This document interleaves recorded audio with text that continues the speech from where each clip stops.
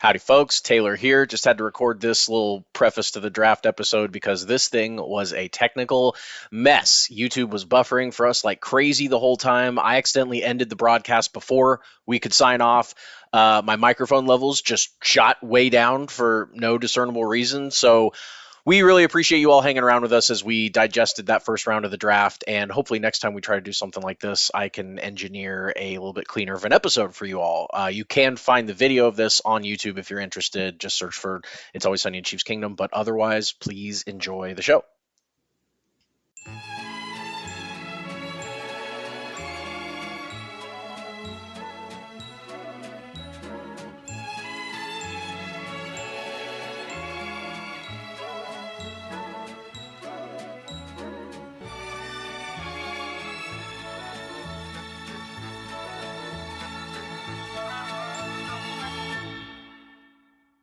Welcome in to It's Always Sunny in Chiefs Kingdom. I'm Austin. Find me on Twitter at RealBoiler. The live show, Taylor. It's our only live show of the year. I can't talk. Fourth word in. Twitter, at RealBirdLawyer. We're here live on the YouTube. We do this once a year. We're not YouTubers. We're podcasters. And I'm here with my buddy Taylor Witt. We're here live on YouTube. Find him on Twitter at Taylor_Witt. We are live. The Lions just took a linebacker at 18 overall, Jack Campbell. We're going to be with you until the Chiefs pick at 31 or until they pick whenever they trade up. Yeah, right. What's going on, man? It's exciting. It's really exciting. Obviously, the buzz here in Kansas City is all more about the spectacle of the draft than it really was even the pick. Like my mom asked me, like, hey, are you like, is there like someone I should be like excited about or whatever? And I'm like, well, I mean, not you. Like, it's just, she just wanted to get in on the draft excitement and really just the spectacle of Union Station and the fountain, the people enjoying the barbecue and stuff. I mean, Kansas City is on display right now, which is, thrilling for us. And I'm excited to see what the Chiefs get up to.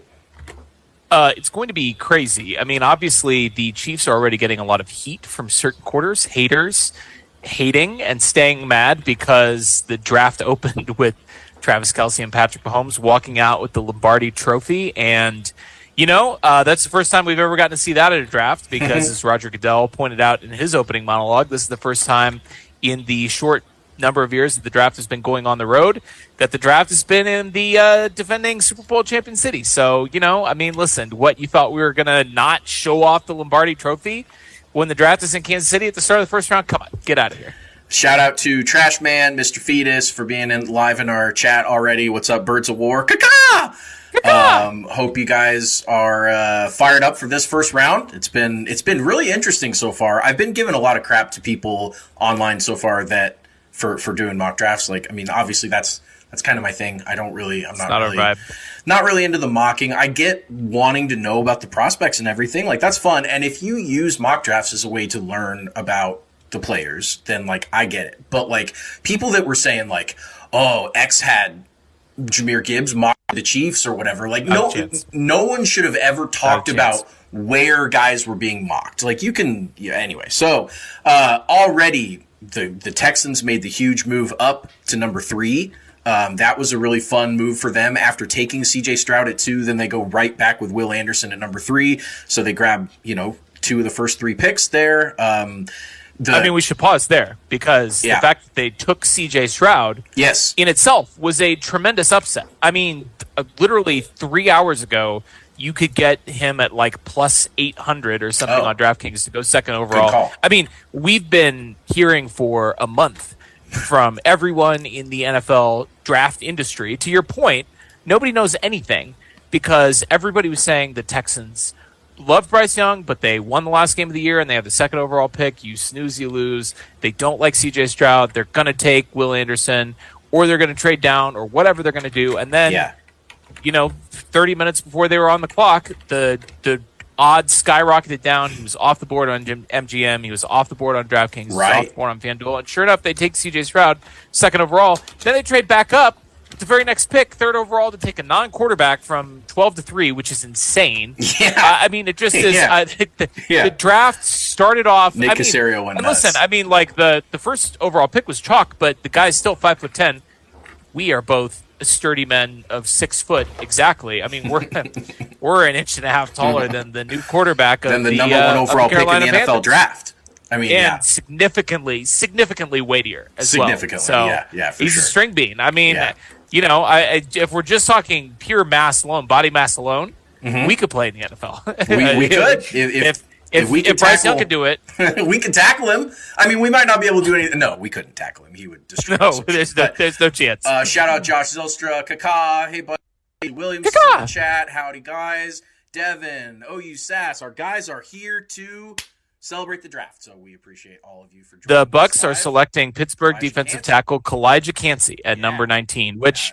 Honestly, it's a good pick for the Bucks, but this board, we're going to go through the picks here, and we're in the range here. We always hop on every year to start our live show, right in the range where the Chiefs could trade up. And last year, we got in by the skin of our teeth right before they traded up to take Trent McDuffie. Yeah. But we have here on this board, just getting back to it, I mean, Bryce Young, CJ Stroud, Will Anderson, and then at number 4, I've been just absolutely destroying and shitting on Chris Ballard for years now because the guy is insanely conservative and he's too conservative to be an NFL GM. And we had to deal with for at least 2 to 3 years after he left Kansas City with the idea that he's a better GM and we let him get away. And the Chiefs made a mistake letting this guy get out of the building. I actually do like this pick. They take Florida quarterback Anthony Richardson, who we've talked about on this show. He has a 10 relative athletic score, which means he is literally the most athletic quarterback of all time. Now, can he throw? It's TBD. But if you're going to take a swing on a guy, I mean, listen, Justin Fields can't throw, and the Bears had an average offense last year with literally nothing except Justin Fields' legs, and he can't even. I mean, not only can he not throw, but the guy's not he doesn't seem to be a super quick processor. And Anthony Richardson, we heard, scored pretty well on the S2 test. He's got one of the lowest pressure to sack ratios of any quarterback in this draft class. And actually, I think one of the better pressure to sack ratios of any QB. I actually think Mahomes was second or third behind maybe Bryce Young. And then I think Richardson was right behind Mahomes. I mean, talking about draft prospects over the last 6 or 7 years. So, I mean, a guy that's elite at navigating the pocket. I mean, maybe he learns to be more accurate. If not, the guy runs a 4.4 and he's 240 pounds. So look at the news from today. Look at the number 1 paid player in the NFL. It's Lamar Jackson. I mean, you don't have to be a prototype. Now, he's a great quarterback and he can throw the ball. But I mean, the athleticism and the mobility and being able to do a lot of the stuff that makes you, so dangerous in the NFL these days is not necessarily your old Tom Brady model of just being a pocket passer. Like, you've got to be able to move, and boy, can he move. So, yeah. And Anthony and Lamar Jackson, I mean, Anthony Richardson has a much better arm than Lamar Jackson. Now, just in terms of pure arm strength, I mean, Lamar has, I would say, a fairly average. I don't know about a baby arm, but I would say a fairly average arm. So, number 5, the Seahawks take cornerback Devin Witherspoon, which was kind of an interesting choice. They were heavily favored to take defensive tackle Jalen Carter, who made it all the way to number 9. We'll talk about that. Eagles stay winning there. Yeah. But Devin Witherspoon was pretty much the consensus cornerback 1, along with Christian Gonzalez, who ended up going to the Patriots all the way down at 17. The Cardinals obviously traded down, and then they traded back up to take Paris Johnson Jr., offensive tackle out of Ohio State. Did you hear this blurb about Kyler making that pick for them? No, I didn't. So Kyler Murray, this is funny. So Kyler Murray, obviously, who knows if he's even going to be the Cardinals quarterback a year from now, but he told the Cardinals' new GM, who we also have to talk about in a second because of the whole tampering situation. But let me finish this Kyler anecdote here really quick. So Kyler's been scouting offensive linemen every year, and 2 years ago, he told the Cardinals to take Creed Humphrey, who was his teammate at Oklahoma. Kyler can scout. So Kyler can scout, and the year before that, he told them to take Tristan Wirfs, who went to the Bucks and was great, and has been a really good player for them. So the Cardinals finally decided to listen to Kyler, and they drafted Kyler's choice of offensive lineman at number 6 overall. We have to talk about the other thing that happened with the Cardinals really quick. The Cardinals got busted for tampering, which is funny enough in itself because they got busted for tampering with Jonathan Gannon, who is a complete boob and doesn't. I mean, I'm prepared to declare that hire a bust already. Yep.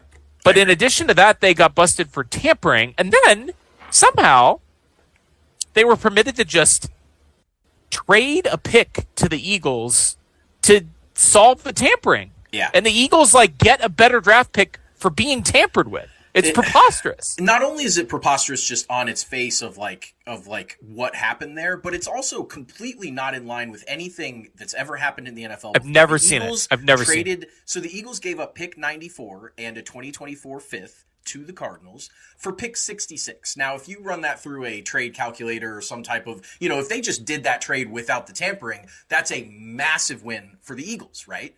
But instead, the way that Schefter and the Newsies worded it was that the Eagles and Cardinals settled a tampering investigation. So they settled it. They settled it between themselves. Roger Goodell didn't have to get involved. Nobody had to take a pick. I wonder if Miami would have liked to have settled their tampering case with Tampa, and instead of losing the first-round pick this year, what if Miami just said, we'll just send you guys the pick instead? We'll send you the pick, and you give us back a third rounder. Yeah. So, we just moved down a couple of slots in the draft instead of, it's absolutely. Not even Miami being pissed. Tampa should be pissed that they didn't get a pick. That Miami got punished and Tampa just didn't get anything for them tampering. I mean, as you pointed out to me when we were bitching about this on the side, where's the Chiefs pick for Jeremy Maclin? Where's that pick? Sure. It just Tampa's saying, what about me? Am I not fun to tamper with? Why don't I get a draft pick for this?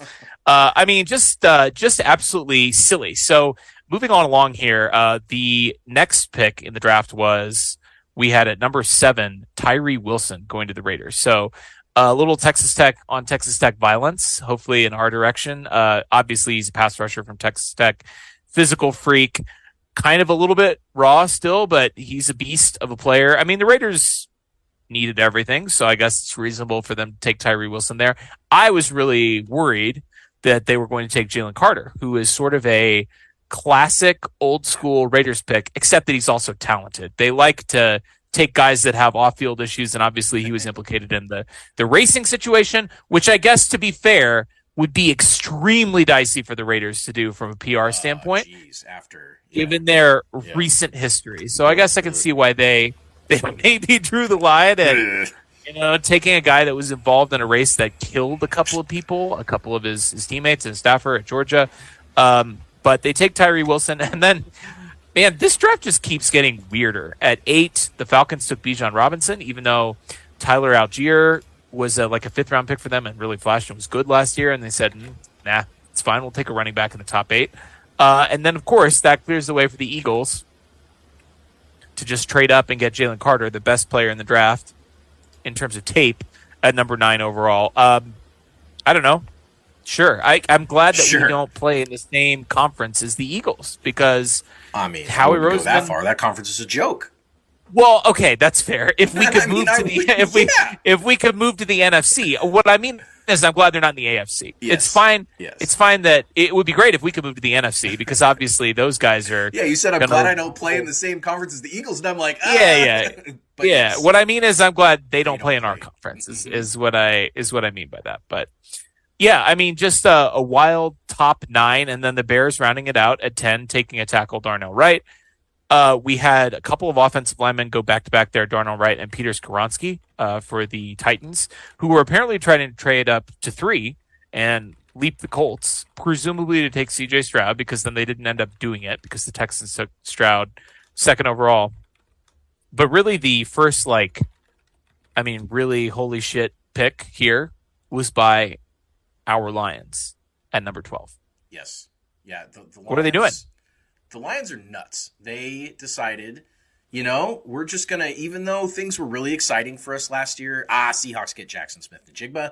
That is unfortunate, but that's okay.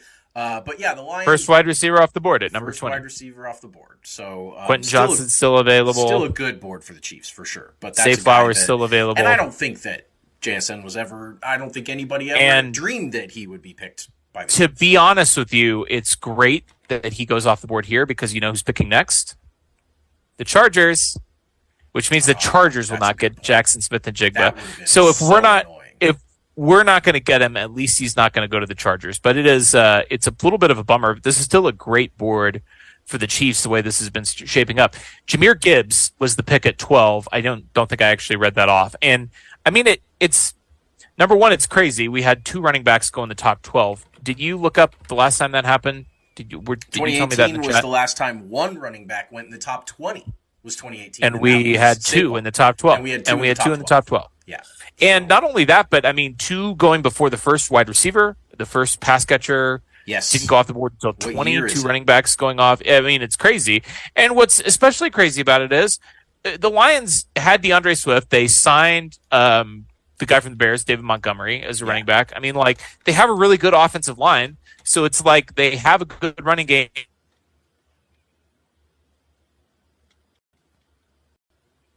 Anyway, did they really need to take a running back at 12?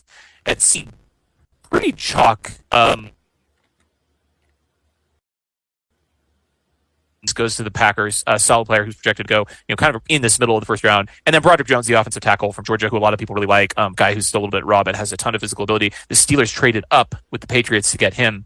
At 15, the Jets do us a huge favor by taking Will McDonald, who was, I believe, on the consensus IASIC big board.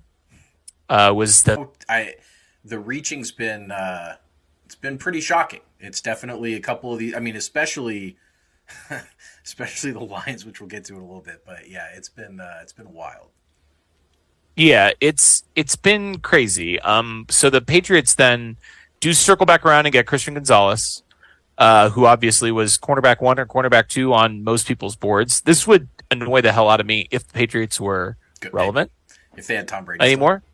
Yeah, right. If they were good, this would be like, I can't believe the Patriots got Christian Gonzalez at 17 overall after they traded down. Like, that's such a Bill Belichick thing. That's such a Patriots thing. Instead, the rich get richer. Best player the fourth best team in the AFC East. So right. So they're not.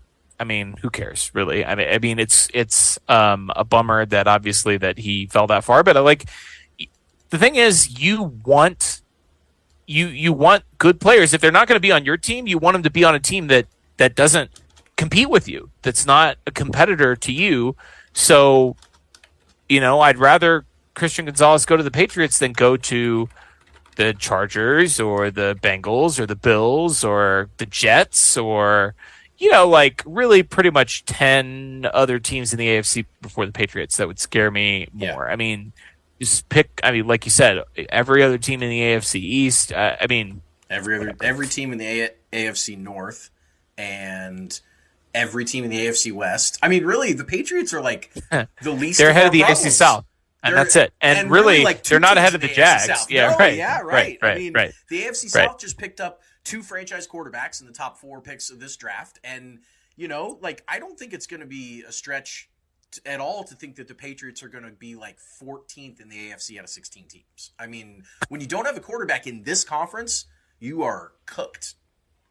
Yeah, and obviously we saw, you alluded to it earlier, we mentioned it already, but we should discuss Lamar Jackson at this point in the draft. We have the Ravens coming up on the board here in just a bit. They're picking right after the Chargers pick is in. He gets the highest paid deal in NFL history by APY. 5 years, $260 million, coming in just above Jalen Hurts' deal. I mean, this was touch and go for a while. We thought that maybe Lamar was going to end up somewhere else, and they get the deal done. And he gets the deal done without an agent. He gave the extra money to his mom, who has been acting as his representative. Yeah. So, she got $7 million out of the deal. Pretty good deal for Mrs. Jackson. Yeah, she can represent me anytime, honestly. Like, if she can get me, a cut of that sweet, sweet pie. Right. But, again, like, it's the Patriots have Mac Jones.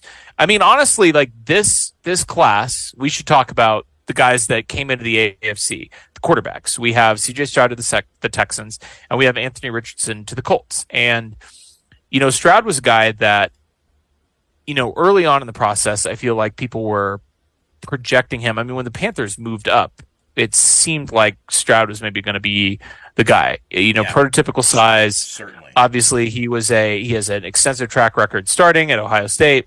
A lot of buzz around that. The best game of his career was the last game of his career against Georgia, and he was amazing in that game. And, as the process went on, and just in the last 3 or 4 weeks when his S2 score leaked out and it was revealed, or at least was leaked, that he had a sort of a below average S2 score. And for those of you that don't know, S2 is this new cognitive test that has been around for about 10 years. I think they were founded in 2013, but essentially is measuring processing speed, and something that's becoming more and more significant in NFL circles, but also is only available to half the teams in the league. Their business model is to sell to 2 teams per division. I can tell you the Chiefs are one of those teams in the AFC West. And in fact, there was an Athletic article that came out yesterday that leaked the highest score in last year's draft. Did you happen to see who that was? No, Brock Purdy, right? It was not Brock Purdy. He was very good, and he scored off the charts. But the highest scoring player was Trent McDuffie, cornerback for the Chiefs. I did see that. Yeah. He got the highest score on the S2 test last year. Now, obviously, your ability to process information is most important when you're a quarterback, because that's going to be the position where you have to process the most information, and it's the most important to what you're doing on the football field. But cornerback is one of the picks, certainly, or one of the positions certainly that is going to require you to process information at a high level. Trent McDuffie scored off the charts. He was the highest rated player on the S2 test. We don't know Patrick Mahomes' exact score, but we do know that it was also very high, which is not surprising. But in any case, CJ Stroud, and Anthony Richardson, both guys that, I mean, obviously you never want to see young talent necessarily come into your division, but CJ Stroud doesn't really bother me. Anthony Richardson, on the other hand, maybe, because if that guy hits, he's going to hit like super hard. Yeah.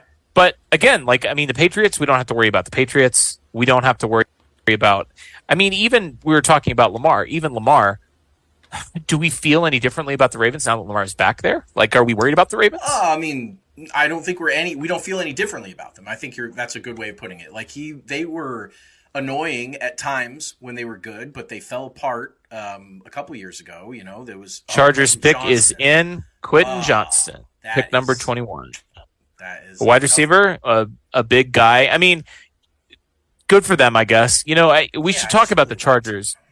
Yeah, me too. But we should talk about the Chargers for a minute, because obviously he's one of the bigger wide receivers in this draft. He's 6'2.5". Not really a contested catch guy, though. That's a thing that a lot of people have kind of expressed concern about for him, is that for a bigger bodied wide receiver, he's not that good at the catch point. His hands aren't necessarily that good, but he's big and he's fast. And, those guys usually are decent at playing wide receiver in the NFL. We should talk about the Chargers, though, because they have kind of an interesting little offseason ahead of them. They still have to pay Justin Herbert.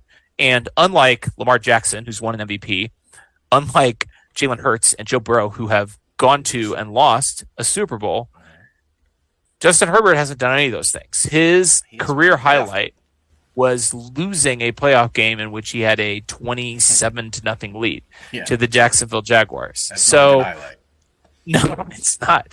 So, reasonably, what is he going to command? I think his contract, obviously Burrow is going to top all of these guys. He's going to make the most money, and he should. He's a former number 1 overall pick. He's obviously a great player. Incredible skill set, good accomplishments so far. And not a guy that, unlike Lamar Hurts, that you have to rely on his athleticism a little bit to get the elite level of play that you're getting from those players currently. Yeah. So he obviously is going to get paid the most, and he should get paid the most. After that, though, if you were going to bet on any of these guys for the next 10 years, who would you pay after Burrow? Who would be the next guy that you would want to pay the most money to? Because for me, I think you could make an argument for Herbert, and I think his agents certainly will be making that argument to the Chargers. That's a good point. And, he has everything other than the NFL success. He, as far as the tape and the skill set and the, just everything. If you scout Justin Herbert, he scouts like one of the top 2 to 3 best quarterbacks in the NFL. Certainly.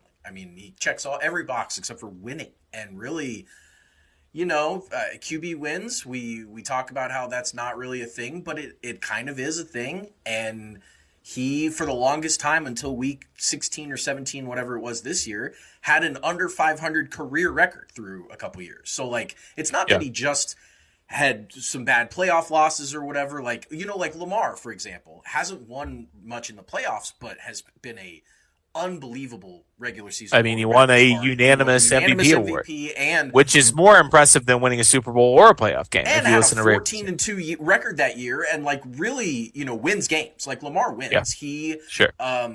And that's just not something that Herbert's been able to do, despite having a roster around him with superstars and with players that certainly are capable between Keenan Allen and Eckler, and I mean this year, Mack and all J.C. Jackson, all the guys they added on defense, Asante Samuel, they just weren't able to get over the hump and actually win a bunch of games. And I don't know how you pay that guy. I mean, I know they're going to pay them, but I don't know how you formulate his contract to make sense. Right.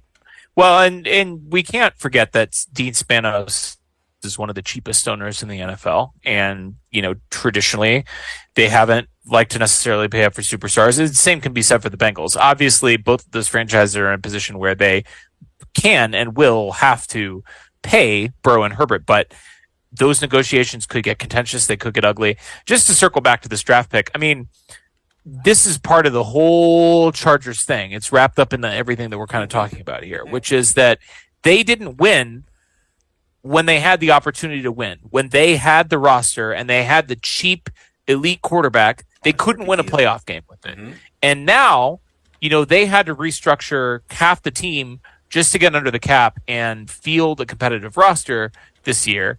Khalil Mack's not going to be there probably beyond the season. Keenan Allen might not be there beyond the season.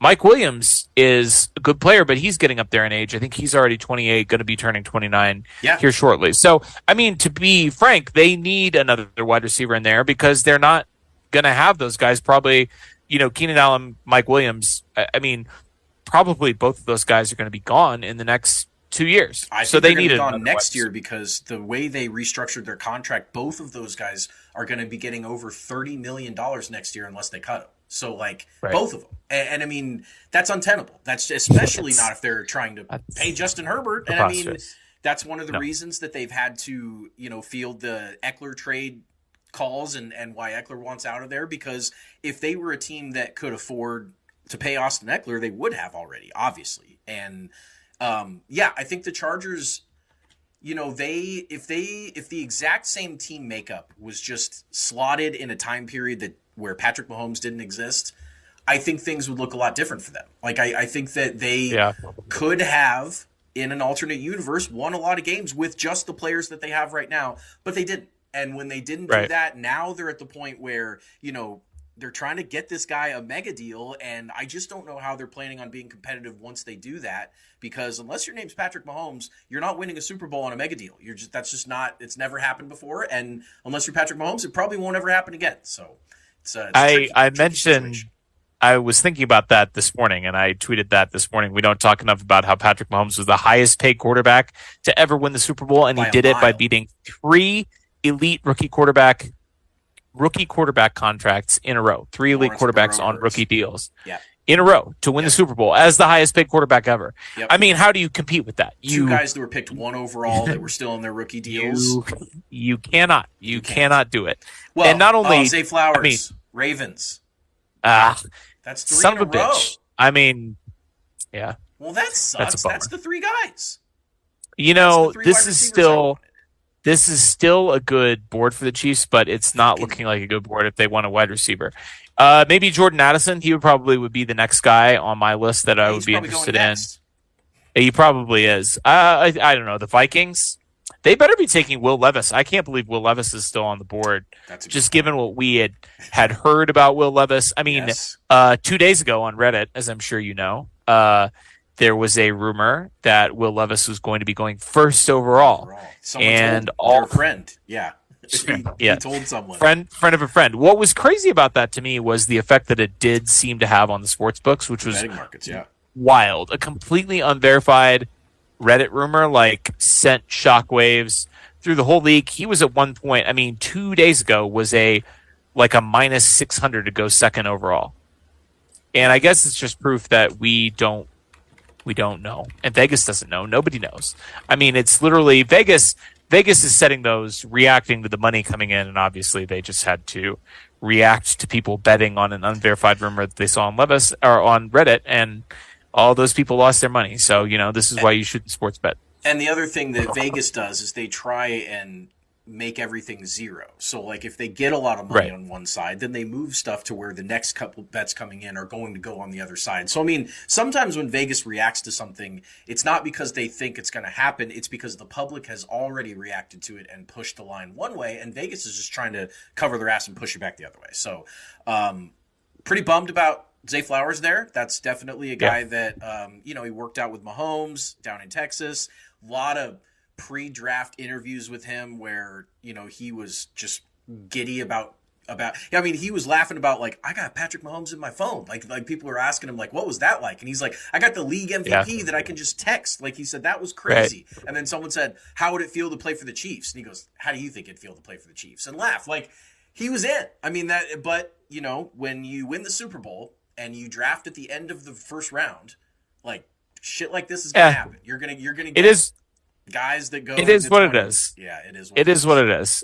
We still have. It's still a good board for the Chiefs. Still some very good players left on the board. We've got Nolan Smith still available, Joey Porter Jr., Miles Murphy, who would probably be my top pick at this point, the edge out of Clemson. I mean, listen, the Chiefs need an edge rusher. They've told us through their actions that. I mean, I'm sure they would have loved it if one of those three wide receivers had fallen to them, and they might still like Jordan Addison, who again would probably be the next guy on my board. He's undersized, but all the wide receivers in this draft are undersized, and that's just kind of the way that the league is trending. Remember, 2 years ago, Devonta Smith, everybody was freaking out about Devonta Smith's weight. And this draft, there's like 10 guys that are skinnier and smaller than Devonta Smith. So it's just like, and he's a great player. So just the way the league is trending, I'm not sure that necessarily concerns me. I mean, the quarterback thing, like, taking a quarterback who's 5'10" and 180 pounds, I mean, that would freak me out a little bit. But, that guy went number 1 overall. So, this is an interesting board for the Chiefs. Brian Branch, the number 1 safety, is still on the board. All of the tight ends are still on the board, and this is a position that we've talked about. Big, sexy tight ends. Big guys. Yeah, I mean, with Charles and with Dan Harms, our guests that have come on, our draft experts, that's a position that we've talked about a lot on this show for us. The possibility that this being really the best tight end class, not only in terms of, like, several top-end talents, but the overall depth position being really strong. Dalton Kincaid from Utah, who a ton of people have compared to Travis Kelce. Sure. They were talking about on the PFF podcast last week about, how proficient he is at slotting into zones in coverage, just finding soft spots in coverage. And Sam Monson said that Travis Kelce is like the best player he's ever seen at that. And, Dalton Kincaid, especially for a college guy coming out, is right there. I mean, not that he's on Travis Kelce's level, obviously, but that could be interesting. So we still have a few picks to go until the Chiefs pick. I wanted to throw this at you really quick. We got a quote here from new Raiders edge rusher Tyree Wilson, a fellow Texas Tech alumnus and the first top 10 pick for the Texas Tech Red Raiders since Patrick Mahomes 2017, 6 years ago today. Happy anniversary. Yep. Worked out okay. Yep. Got my Super Bowl LVII champions on. You got your MVP t-shirt. Yeah, it worked out all right. He was asked if he has a message for Chiefs quarterback Patrick Mahomes. His response was, I do not. That's good. That's pretty good. Pretty That's like funny. The most likable thing a Raiders ever said. I know. It's very funny. So a no comment from Tyree Wilson, which is Patrick Mahomes jotting down in the old notes. No, and, he does not. He doesn't want to see it. Yeah. He's not about it at all. What do you think about the new Ravens? Odell Beckham, Zay Flowers, Rashad Bateman, Devin Duvernay, Mark Andrews. I mean, I think it's kind of like, so this is the second time the Ravens have tried to do this, right? Like 2 years ago when they drafted Rashad Bateman.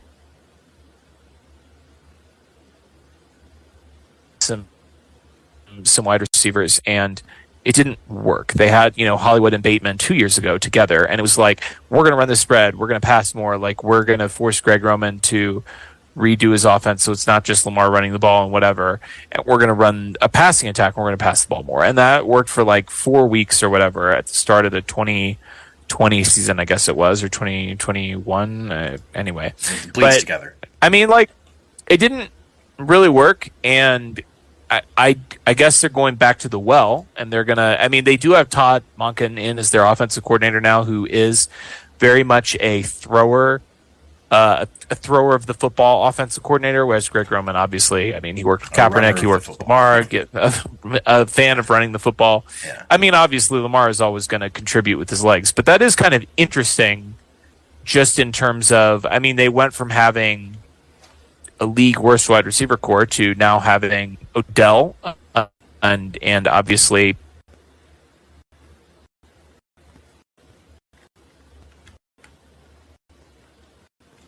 Bateman if he's healthy, and Zay Flowers is a couple of weeks. We're going to have to power rank the teams in the AFC because I don't know where the Ravens fit in at this point, honestly. Like, obviously, the last 2 seasons, they've performed well when Lamar's been on the field, and they've been a competitive team. Hell, they almost beat the Bengals last year with Snoop Huntley in the playoffs, if not for Sam Hubbard's fumble 6 that he took back. That was the difference in that game. We might have been playing the Ravens in the second round, or in the sure. And I mean, I don't know. It's a really interesting. I certainly, if I were a Ravens fan, like, my mental health has done a 180 today. Yes. Yes. I mean, getting Lamar in the fold and getting Zay Flowers on board is, yeah. I mean, basically they went from maybe rebuilding. Like, even with the OBJ signing, like, if they didn't get their quarterback figured out and they didn't, I mean, even before Zay Flowers, just getting Lamar locked back in kind of put them back in the driver's seat for, like, okay, they can now compete for an AFC title. They can't go further than that because they won't beat the Chiefs, but, like, they can at least get that far with this roster. So I think they've got to be feeling a lot better about themselves. And really, when you look at the North, with the Bengals having to pay everybody, and the Steelers are fine, and the Browns are obviously the Browns. The Browns is the Browns. But the Ravens are still the team to beat in the North, in my mind, even with what the Bengals have done the last couple of years. I still think that now that the Ravens have it figured out, if I were to guess how that division is going to shake out next year, I think I'd put the Ravens first. Yeah, I mean, I think that's actually not crazy. I mean, especially dealt with a ton of injuries, you know. Yeah, like, I mean, yeah, they did. They did, squad. And you know, their defense gave Burrow a ton of trouble in that game. Now, granted, the Bengals had some significant offensive line injuries, but I mean, cry about it. You know, I'm not gonna feel sad for the Bengals for that whole situation. But yeah, that'll be an interesting. You know, it'll be interesting to kind of power rank these teams post draft. Obviously, the Bengals are going to be picking here in about 6 picks. We've got several of the Chiefs' top rivals in the AFC coming up. Obviously, the Vikings are on the clock right now. I haven't seen that pick come in yet. But then we've got the Jags at 25. We've got the Bills at 28 and the Bengals at 29. So I mean, it's the playoff teams, you know, like it was all the other guys earlier, unless you traded or did something crazy. But now, unless you're the Eagles and you had a top 10 pick. Ridiculous. Despite losing the Super Bowl. But now fucking Howie, man. Now you're dealing with all the teams that are drafting at the back of the round for the most part because they were really good football teams last year. And you know, we're gonna see what some of these teams are planning on doing. Maybe the Chiefs. You know, the other thing about the Vikings take wide receiver Jordan Addison at 23. So 4 wide receivers. I mean, what can you do? You know, when 4 straight of the one position that you really, really are in love with go off the board, I mean, you're not going to reach. You're not going to go get a guy that you don't have a first round grade on, or you know, Jalen Hyatt or something. Like, no, you've got to. No, you've got to. We're not taking a wide receiver. If like Nolan Smith drops, or like I know Miles Murphy, like you said, that would be big.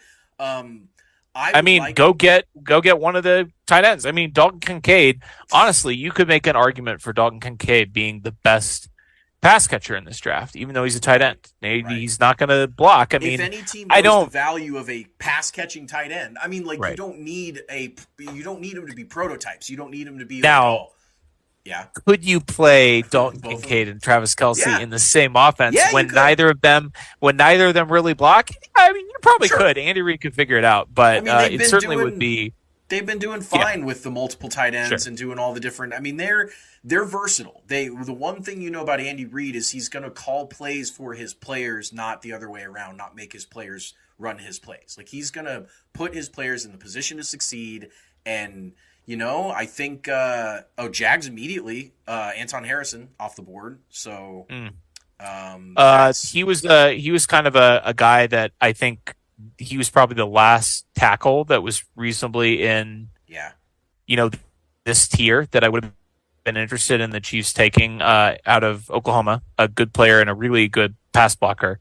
Still DeJuan Jones from Ohio State, the other Ohio State tackle, who I think would be a good player. I mean, like, he would be the only other guy that would maybe fit the tackle profile here for the Chiefs. But I mean, that's fine. Anton Harrison, it's fine. I mean, the Chiefs are going to they're going to have a shot at a good player at edge, maybe potentially a cornerback. I mean, Joey Porter Jr. is still on the board. Yeah. Couple of edges they could end up with the best tight end or the best safety in this class. Not sexy, but positions that they could certainly use. It's an interesting little board here.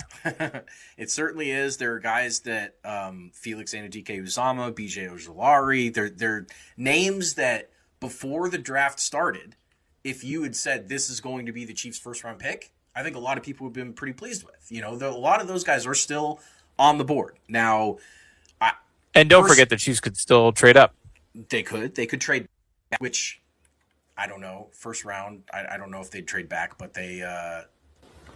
Speaking of trading up, it looks like the Giants have traded up. Yes, it does. Well, that is interesting for the New York Football Giants.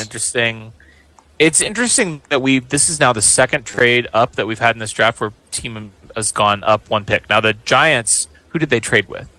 They moved up to 24. Let's see who was on the clock before the Giants. That is the Jags. The Jags. But did they just swap? Did the Jags just move down to 25?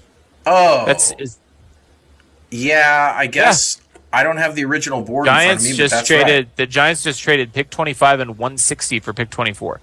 So this is the same. This is two picks in the first round where a team has gone up one pick spot and swapped with the team in front of them, which is weird, right? Like, I mean, I agree. Like, unless if you're you trying to leapfrog someone, but you're trying to leapfrog the team you're trading. I know. So, that's what I was going through. It's like if you think they're going to get your guy and they agree to the trade, they probably weren't going to get your guy.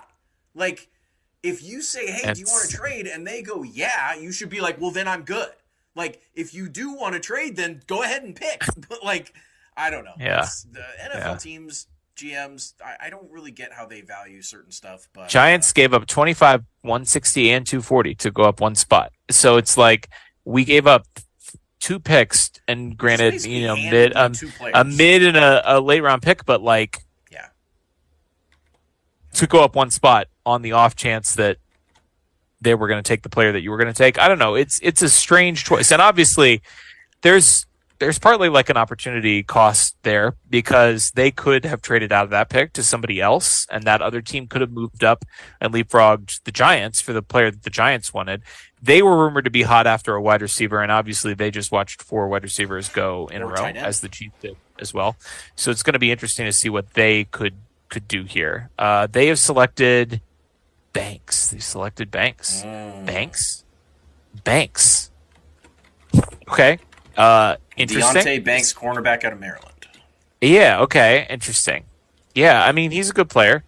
He's where was he on our big board here? He was number 26 overall. Consensus 26. I mean, that's fine. And obviously their secondary was pretty thin, so I kind of get that here. But I'm surprised that Joey Porter Jr. is still on board I mean, the way that NFL teams value pedigree and the way that they love the NFL. How could they not, right? Like, a lot of these teams there's so many Nepo babies in the NFL. And it's league. Wild. Yeah, it's wild Coaches, to me that Joey players, Joey Porter Jr., who was the consensus 15 overall on our board, so about 10 picks higher than Banks. Right. He's still on the board. He made it past the Steelers. He makes it past now the Giants. These older legacy franchises, Yeah, sort of the old guard of the NFL. Speaking of Joey Porter Jr. before he gets drafted, I really liked the Ringer does breakdowns on every player, and they do a shades of. So like Paris Johnson, they'll say shades of Laramie Tunsil, and Nolan Smith shades of Hassan Reddick. You know, they give you a little. And Joey Porter Jr. The blurb was shades of, like if Joey Porter had a son who played corner, which was real good. That's funny. That's got a good. little chuckle out of me. For That's sure. Good. So Deonte Banks, and now that was pick 25. So obviously the Chiefs don't need to move up at this point. I mean, they don't, because there still are. I mean, we've got on our consensus big board here, we still have Nolan Smith, who's our consensus 13. We've got Joey Porter Jr., who's our consensus 15. We've got Will Levis as our consensus 16. And he's probably who's going to take Will Levis? Is he? Well, but who? I mean, who? We've got the Jags. They're not going to take him. Yeah, the Cowboys aren't going to take him. I mean, the Saints just drafted Derek Carr. Yeah. I guess a team at this point, it's got to be a team in the second round that would have to come up the first, right? Like, yeah. Sure. So in the second, we've got 32 overall is the Steelers. They don't need a quarterback. 33 is the Cardinals. 34 is the Lions. That could be kind of interesting. That would be fun. That would be the one that makes the most sense. Goff's maybe the Seahawks. Last year, Seahawks are 37. Raiders are 38.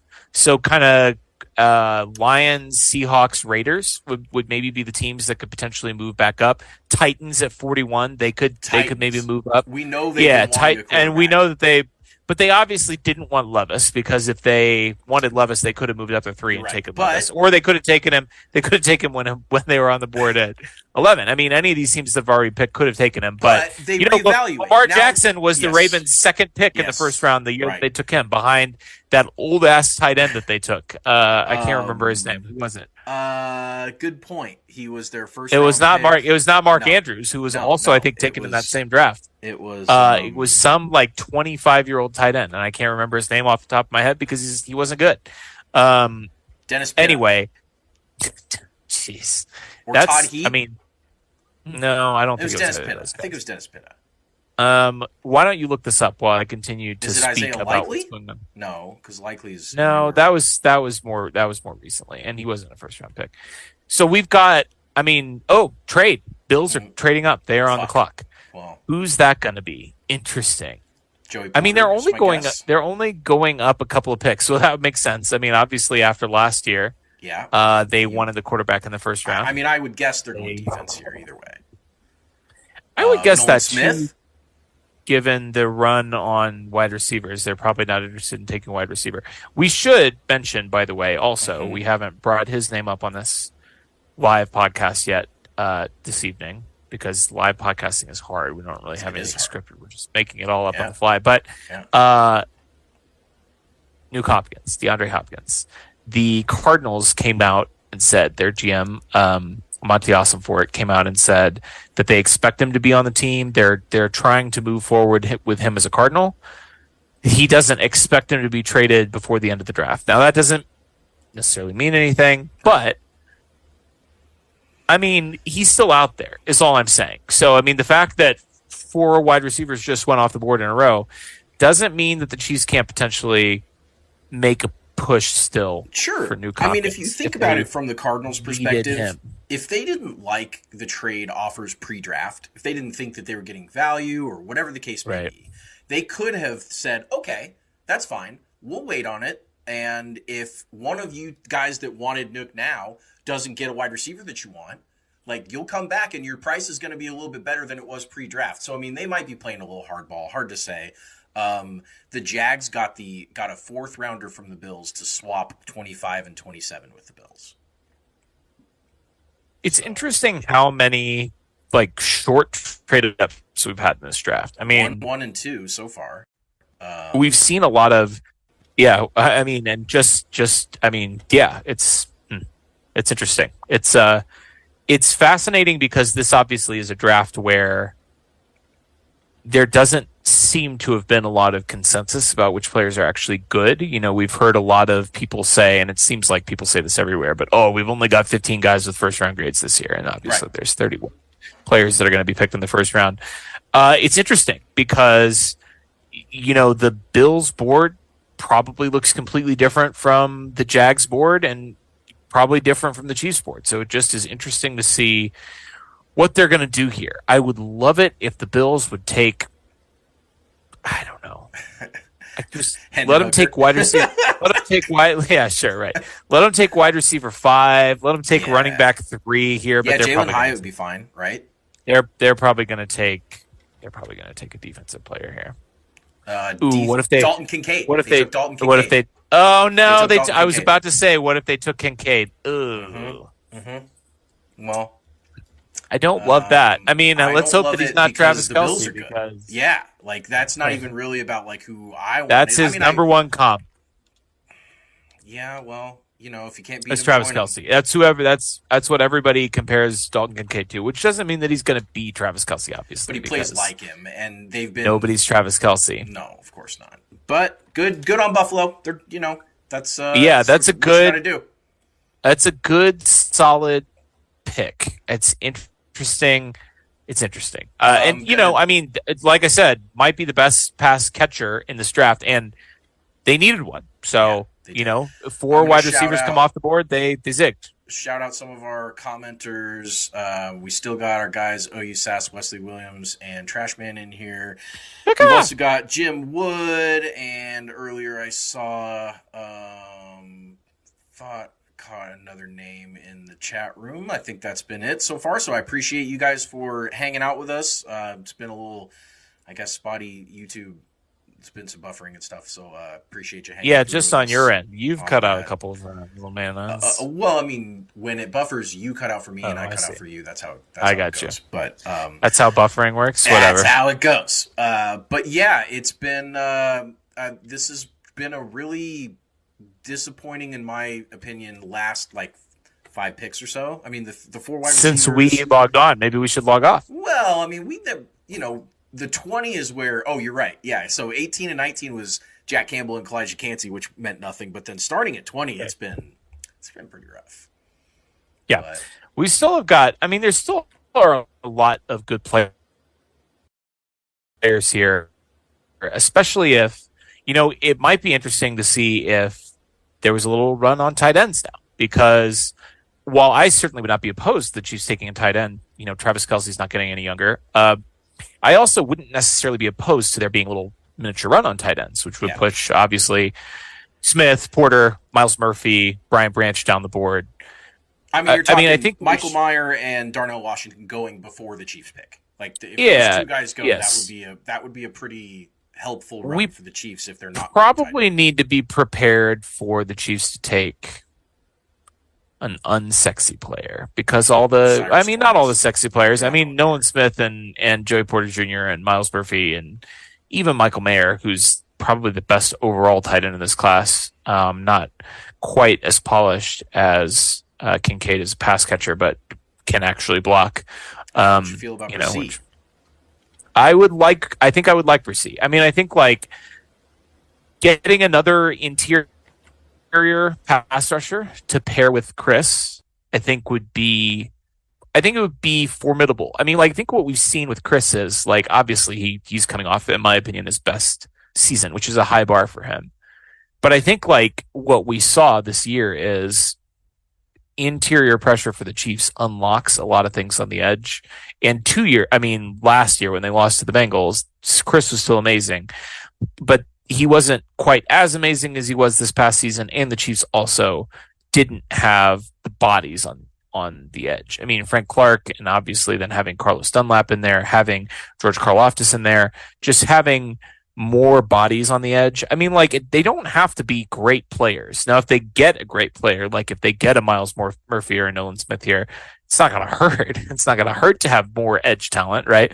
But getting another interior pass rusher is not something that would bother me at all, especially with, I mean, not that he could replace Chris Jones. Nobody can replace Chris Jones. But Chris Jones, the Chiefs are going to need to negotiate a new contract for him, and he's obviously, I think he's 28, so, he's getting up there in age as well. So that would be an interesting pick. I couldn't, I mean, at this point, we should talk about who we would be uncomfortable. I mean, do we want to even speak that into existence? Do we want to even, Are you muted? I can't hear you. Is this the joys of doing it live? Your mouth is moving, but I can't hear what you're saying. Oh no, are we going to have to restart the stream? Okay, well, you work in tech support. I'll keep talking here. Obviously, we've talked about with a couple of different people on this show, our draft guys coming on here, some of the guys that we would be uncomfortable with. Obviously, Keon White, who is in Kansas City. I haven't been looking at the stream, so I don't know if they keep panning the camera over to him. I doubt it. But you're back. You laughed. Yeah. You laughed at my Keon White joke. Okay, unplugged my mic, plugged it back in. That's perfect. So there you go. Yeah, right. Exactly. I mean, I think DeJuan Jones at this point. Sorry, I was saying players that I don't want. I actually would be comfortable with DeJuan Jones. Yeah. I mean, I think Keon White is probably the one that I'm maybe most concerned about at this point. I'm not a super big Jalen Hyatt guy. The Tennessee offense was really weird and gimmicky, and those guys basically, the way they schemed that offense up, they basically never had to play against press ever. Also feels which is like a bit of a reach there where we're drafting for Jalen Hyatt. It does. And I mean, he's really fast, but so is McCole Hardman. Exactly. Not every fast guy is good. Obviously, every time you draft a fast guy, you want him to be Tyreek. But there's only one Tyreek, and the Chiefs they've drafted fast guys and brought in fast guys that aren't Tyreek. So it's a good point. I don't know. It's interesting. Who do we have on the clock right now? It's the Cowboys? Yes. The Bills traded up in front of the Cowboys because they expected that the Cowboys were also going to go tight end. Take Kincaid. Sure, that makes sense. And they still could. Yeah, but the Cowboys also apparently like Meyer a lot, and so makes sense. Maybe that trade worked out for the Cowboys just fine, and the Bills got who they wanted, and the Cowboys will get who they wanted, and the Bills just basically hand a 4th-round pick for I mean, that's the other funny thing about trading up 2 spots when – if the other team is actually, you didn't take the guy I wanted, then you're just handing out draft picks to people. Yeah, you're just giving them draft picks for free. Here's a 4th-round pick. I know. I mean, a lot of the players on the Chiefs Super Bowl winning roster were for 4th round or later. 4th round picks and on. The hit rate obviously is not nearly what it is early on, but those are guys. Those can be guys, and these teams just give them away like candy. It's wild. The Bills just signed Dawson Knox to a 4-year, $54 million contract last year. Yeah. So it's a choice. It's interesting. They've seen the Chiefs run 2 tight end stuff. They've seen other. Sure. I mean, they have. And as you said, Dalton Kincaid is a pass catcher. And if they want to split him out wide and do some stuff with him that's not traditional tight end stuff, I mean, they'll figure it out. The one thing about the Bills, they're just the scramble around, fuck it, and find a guy open and throw it to him offense. They are not really, a scripted, methodical, we've seen that, especially the last year with that offense. And so if you just get a big body that can run out there, and then when Josh Allen's running around and strips, 4 guys don't sack him, and then he can just huck it deep, Kincaid seems like a pretty decent option for that offense. So this is where things get a little bit concerning. Obviously, either Murphy or Nolan Smith would be great gets for the Chiefs here, but we still have 5 picks to go in front of the Chiefs. And the real problem with that is that 2 of those teams are the Bengals and the Jags, who are rivals. I mean, I don't know. We can't put the Jags in that category yet, but the Bengals. If you play Bengals are if you play a team in the playoffs, they're on your radar. They're certainly on your radar. It doesn't mean definitely that, and the Jags played us close in the regular season. Hell yeah, they did. I mean, the Jags are a good team. I think anybody that's sleeping on a guy, or a team that has the number 1 overall pick and a good coach and some good players, they're a solid squad. And so, yes, you're right. Of the 4 remaining picks between where the Bills just went and when the Chiefs are going to go, if 2 of those are teams that the Chiefs are jockeying for playoff position, and they get guys that the Chiefs are looking for, like you said, Murphy and Smith, if those guys both go off the board, and then they're looking at, it'd be great if some positions go, like a guard here, that would be excellent. If Osiris Torrance gets picked, someone that the Chiefs just have no interest at all in. Sure. But Chiefs don't need a guard. No, certainly not. Let's throw a little shade here really quick, because this is something that I feel like we as podcasters do extremely well. It's part of our brand. So it might be always sunny in Chiefs Kingdom, but it's always shady in every other kingdom. So yeah.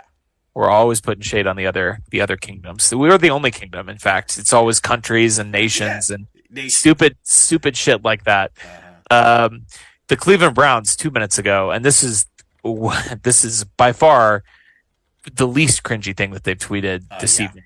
You guys want to see some real cringy stuff, go to the Cleveland Browns. At Browns is their handle on Twitter. Sure. They just tweeted 2 minutes ago, you up, at Broncos, at Rams, at Miami Dolphins, at 49ers. So those are our 5 teams that aren't picking in the first round. Let's go through these really quickly and just tick out the reasons why these teams aren't picking in the first round, because it is hilarious, actually. The Cleveland Browns are not picking in the first round because they traded 3 first-round picks for Deshaun Watson. Rapist. Again, very cringy. They tweeted out about an hour ago, got our guy, with a video of Deshaun Watson, who, in addition to being a rapist, was awful at quarterback last year. So, pretty cringe. Somebody compared his QBR to his number of accusers, and they're very, very, very close. Like that's not good. It's not good at all. He's not good anymore. That's not good. The Broncos, of course, traded their picks for Russell Wilson. They had then a second first-round pick because they traded away their pass rusher. What was his name? I've already forgotten. Bradley Chubb, thank you. To the Dolphins. And then promptly gave that pick away for Sean Payton, who, did you see you see the video? Smoking a bong? Allegedly of him taking a hit on a bong. Certainly. I mean, it looked like him. I mean, it's legal. Yeah. It's legal, but it's also like, I don't want my NFL coach to be doing bong hits with some random bros wherever the fuck he is in the middle of the draft. And we don't know when the video was taken. Anyway, you heard it here. If you haven't seen it on Twitter already, just search for Sean Payton bong and you'll get a nice little. Is that the pick for the Cowboys? Interesting. So they didn't go tight end. He's a good player, but not a guy that was necessarily on my radar. Like, I think I would have preferred Breesy of those two guys. So, I mean, he's not the top defensive tackle even on our board. We've got him 42 overall and and Breesy 31. So, same position. We have Breesy a little bit higher on the consensus board here. The Broncos, obviously ridiculous. The Rams, at least of the teams on this list, won a Super Bowl. At least they got a ring out of it. But they got Stafford, who didn't play last year, and then they ended up with the 6th overall pick, which went to somebody else. That's what's crazy about these. The Browns pick was top 10, and the Texans, obviously, it was 12. The Texans had it. The Broncos had a top. What was the Broncos pick? To the Seahawks, they had the 5th overall pick. And the Seahawks had it. They had to trade. They ended up trading the 5th overall pick to the Seahawks for Russ, and that was they still don't have. They didn't have a pick last year, and they didn't have this pick this year. The Rams at least got a ring out of it. The Dolphins didn't get anything out of it because they lost the pick for tampering. Yeah, right. They should have worked out a resolution with the Bucs, like the Eagles and the Cardinals did. They should have just negotiated a settlement wherein they at least got a pick back in return for tampering with Tom Brady. Can you lawyer this for us? No, I can't. Yeah. I don't understand it. It's like the legal analogy would be like if we're like in front of the judge and the judge is about to sentence me for a crime, and then I was like, no, it's cool. We worked something. I worked something out with this guy, with the victim, like out in the hallway, and like you're going to sentence me to probation. Well, doesn't now. that? And I paid him. Where the victim would drop charges. Well, okay, I know it's not like. But I mean, in the it's NFL, It's not a perfect metaphor, because obviously we do work out plea deals all the time. That was Zylstra, by the way, that asked this. But like that's in a the good NFL, question, though. There is a victim team in tampering, whereas there is a lot of other. But they aren't really actually victimized, though, because in this case, I mean, the Eagles did lose Jonathan Gannon, but like he was going somewhere, and also being Jonathan Gannon, it ended up not being a huge loss for them anyway. Explosives. Yeah, do that. Clock here. But anyway, these teams, the last one on that list is the 49ers.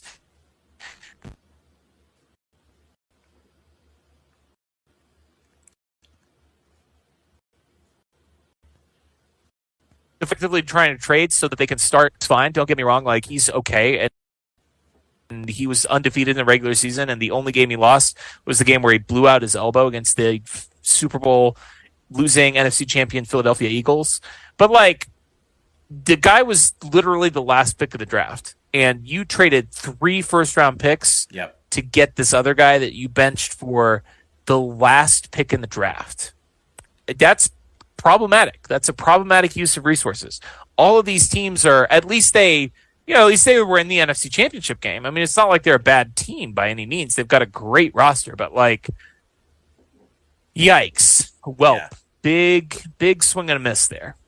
Yeah, they're really interesting just from a roster construction standpoint. Obviously picking up CMC, just doing a lot of the different, going big on defense, and I find their whole situation fascinating. When you're in the NFC, you can kind of screw around. Like, you can kind of be like a defense and running and like do some of that crazy stuff, because like, it doesn't really matter. They were still in the NFC Championship game with a third string quarterback. They still, it's just the AFC, you can't afford to do it. You've got to build your team to beat these other, it's an arms race in the AFC, a literal arms race. And in the NFC, like, all these teams that are there now, like, it won't surprise me. Any team that comes out of the NFC, literally 1 through 16, would not surprise me. It wouldn't surprise me if the Panthers won the NFC next year. Like, there's just nothing there that scares me. So Anton Harrison to the Jags, offensive tackle, and he's still a good player, decent player. Sure, but again, not a guy that would have. Where was he on our board? Well, he had already gone.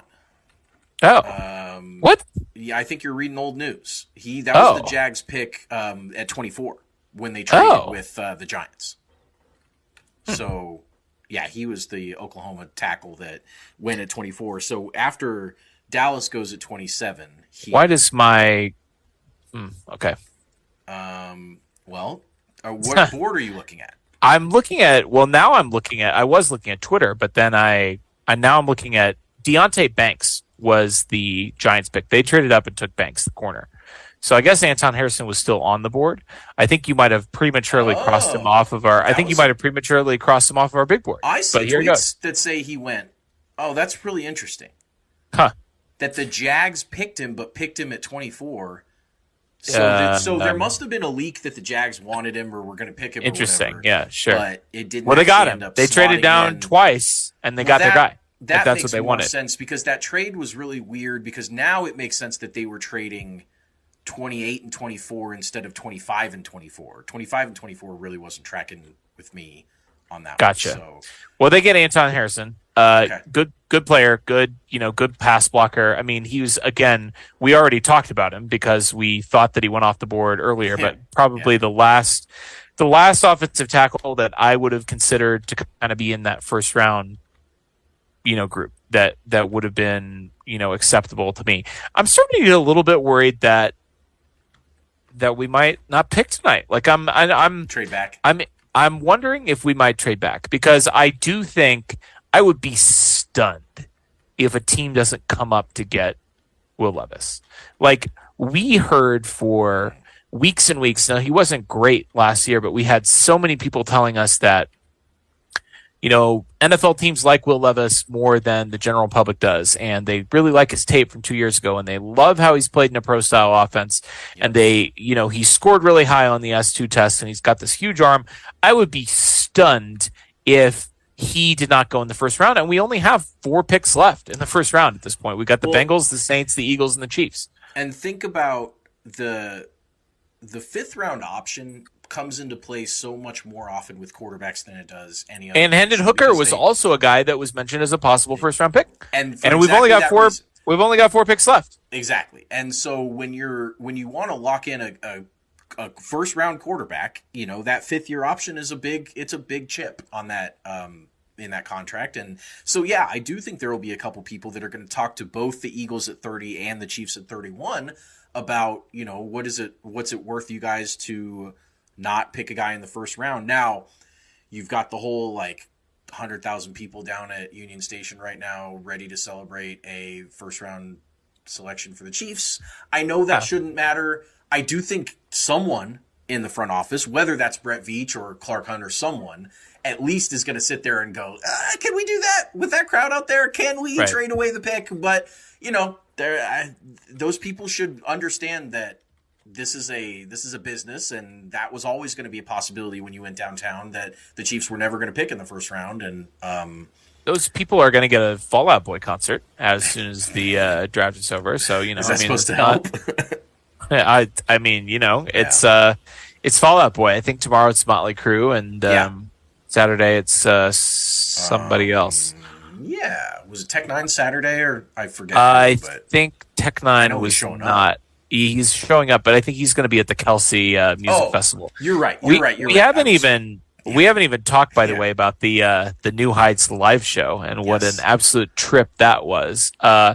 If any of you went to that, feel free to DM us any of your little clandestine videos that you took there. But that was hilarious. I mean, we had Travis picking up Roger Goodell and giving him a hug. Obviously, them juking everybody out, announcing the quarterback of the Kansas City Chiefs, and it was Chad Henne. But then it was still Patrick Mahomes. He still showed up, and then Jason shaving his head and letting Travis sign him as an adult baby. He was wearing a diaper, and it was amazing.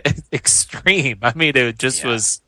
It was wild. I hope they release the audio from that. Often when people are doing live shows, like we're kind of doing here a little bit, like, give us some audio from that. I would love to listen to it. I would love to partake in it. But for those of you that got to see that, I'm sure it was just an absolute trip. I was trying to trace back. The Bengals are getting Miles Murphy. Yeah, fucking Bengals. Man. That's a good pick for the Bengals. Yeah. I don't know. It's a bummer. Yeah, I mean, it's, that's one of the guys. That's one of the guys that would have been exciting at this point on the board. It's not. You can't expect them to do stupid stuff. I mean, they're a good football team, and they make good decisions. But it's not the end of the world. Just kind of and especially with it being the Bengals. I mean, I think we were hoping that if anyone would swing and a miss in the last 5, 6, 7 picks, it was going to be them. Like, even if all the other teams had good picks, like the Bengals are certainly the number one AFC. I know I said I'd put the Ravens number one in the North. I still feel, just swag wise, just vibe wise, like the Bengals are, a lot to handle right now. And this is interesting. According to our buddy Charles Goldman over at Chiefs Wire, according to a new report, the Cowboys declined an offer to trade down with the Chiefs in the first round. So the Chiefs had their designs set on moving up to 27, where the Cowboys picked. It could have been Anton Harrison. It could have been Miles Murphy, who ended up going with the next 2 picks there. I wonder if we'll get a sense, if we'll probably leak out after the draft, I'm sure, of who we were thinking of, who the Chiefs wanted and who they were trying to take. I hope if it was Miles Murphy, for our sakes, that doesn't leak out, because I do not want the Bengals fan base to be able to do to us what we did to the Bills, which was highly enjoyable. Now, the Chiefs media team would not be foolish enough to put out a video of their draft room from the instant they got the word. That was crazy. It was crazy. I can't believe they did that, but. So the Bengals go with Miles Murphy off the board. He was the edge 2 left on the board. We still have Nolan Smith. He does have some medical issues, and you always have to wonder when guys with his talent are sliding this late on day 1 in the draft. I mean, he was our consensus number 13 player overall. You have to wonder if that plays into it. Now, at a certain point, you take a flyer on a guy that has some injury risk, because you want to bet on the talent, and especially if you're going to take him. I mean, there's kind of 2 schools of thought, I would say, with that kind of situation. You have a guy like Trey Smith, who fell all the way to the 6th round, which obviously is preposterous value for being one of the best right guards in the league, which is what he's been since day 1, really. But the other school of thought there is, if you get him at 31, the last pick of the first round, and you get the 5th-year option, you can afford to redshirt him a year potentially and still get a screaming value, assuming he comes back healthy and you're able to get him in with your medical staff and, get him to a point where you feel confident about his health. Obviously, the Chiefs we've seen them take swings on guys in the draft and as undrafted free agents. Justin Ross, we'll see how that pans out. But we've seen them. Right, exactly. We've seen them take some guys with some injury risks and have that pan out for them. So it would be really interesting to see if that's going to remain a possibility for the Chiefs. But we can't count our chickens because we still have a few picks to go. Well, the other thing about still on the board, taking it slow with a guy is you don't have to necessarily bench him the whole year, do a college redshirt with him, right? Like you can, if a guy has medical, issues, you can just say like, okay, we'll take it as slow as you need to go. We'll give you, a token couple snaps for the first 6-7 games or whatever. Like just really ease him into the NFL and not feel like you have to throw him into the Wolves day one and go out there. And so you definitely, could afford that. So let's play this. 3 picks now, 2 picks and then the Chiefs. Left on the board. 29, 30, Chiefs. Yep. Let's pick 3 players, and best case scenario is the Chiefs get one of those 3 players. So I'll pick one, you'll pick one, and then we'll kind of decide on the third one together. Sure. So obviously, we just talked about him, and I think Nolan Smith would still be worthwhile at pick 31. I think that's good value. I think that's a guy that if we got him, it's easy to spin that was a great pickup for the Chiefs as an edge defender that was at times rumored to go as high as number 2 or 3 overall in the draft. He's not going to make it past the Eagles. If we want him, we're going to have to trade up. I swear to fuck Howie's going to take him at 30. You're certainly right about that. So I'll go Nolan Smith as my player of the 3 picks left that I would be excited if the Chiefs had him. You can go ahead and pick a player. Yeah, I think for me, as good as the Chiefs cornerback room looks right now, I think Joey Porter Jr. is the value. I think he's our cornerback 3, I think, on our big board, which is amazing. To get cornerback 3 in a cornerback class as talented as this, you have to understand this is a really good cornerback class. And for him to be the 3rd cornerback on our big board, a guy with that pedigree, 15th overall. Think about, and I'm not saying that all these guys are created equal. They're not. They're all different kinds of players. But think about the guys. We mentioned Asante Samuel Jr. Earlier in this podcast. Patrick Surtain, the second. Yes, these correct. Guys, these DBs with this NFL pedigree. Those guys. That all the guys that we watched growing up as old timers, their kids are going into the NFL.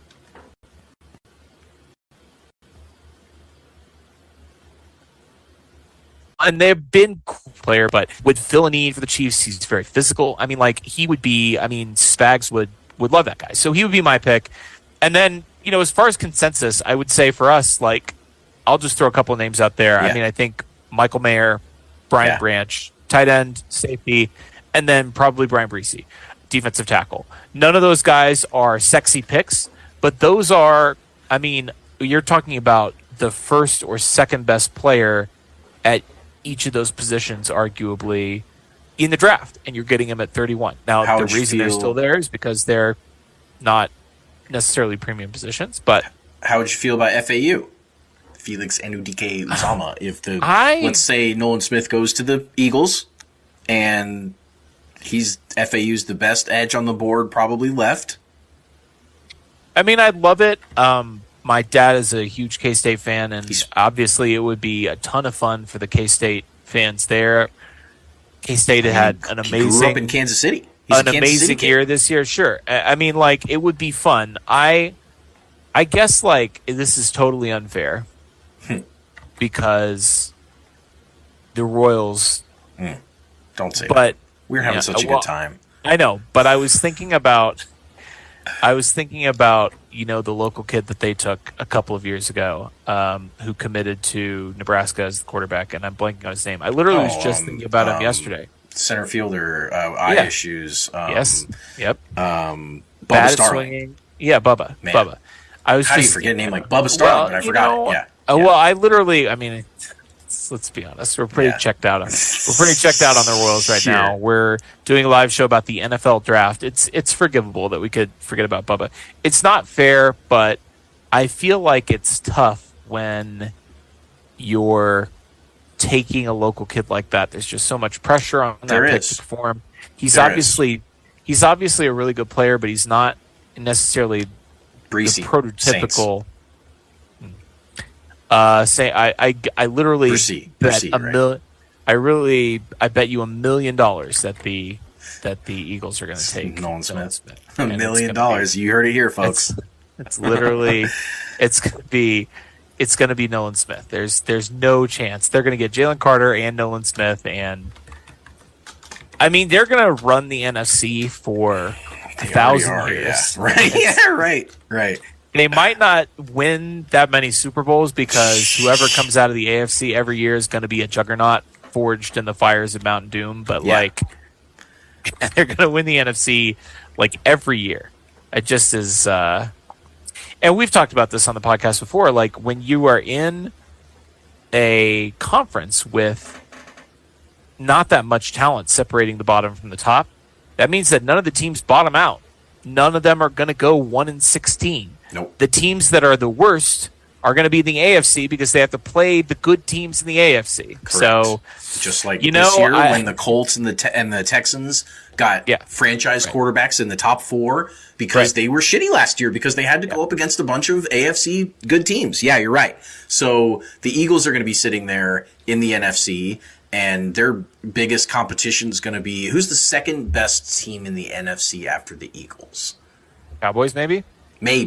I mean, I like Mozzie Smith. Adding a DT that defensive line is obviously really good pass rush there. The Niners, probably the Niners. Yeah, probably the Niners. And if that's your argument, the Niners don't. Their quarterback blew out his arm. Their quarterback was the last pick in the draft and blew out his arm. And so, and there's no telling if Brock Purdy was on a heater. I know, that's what I'm saying.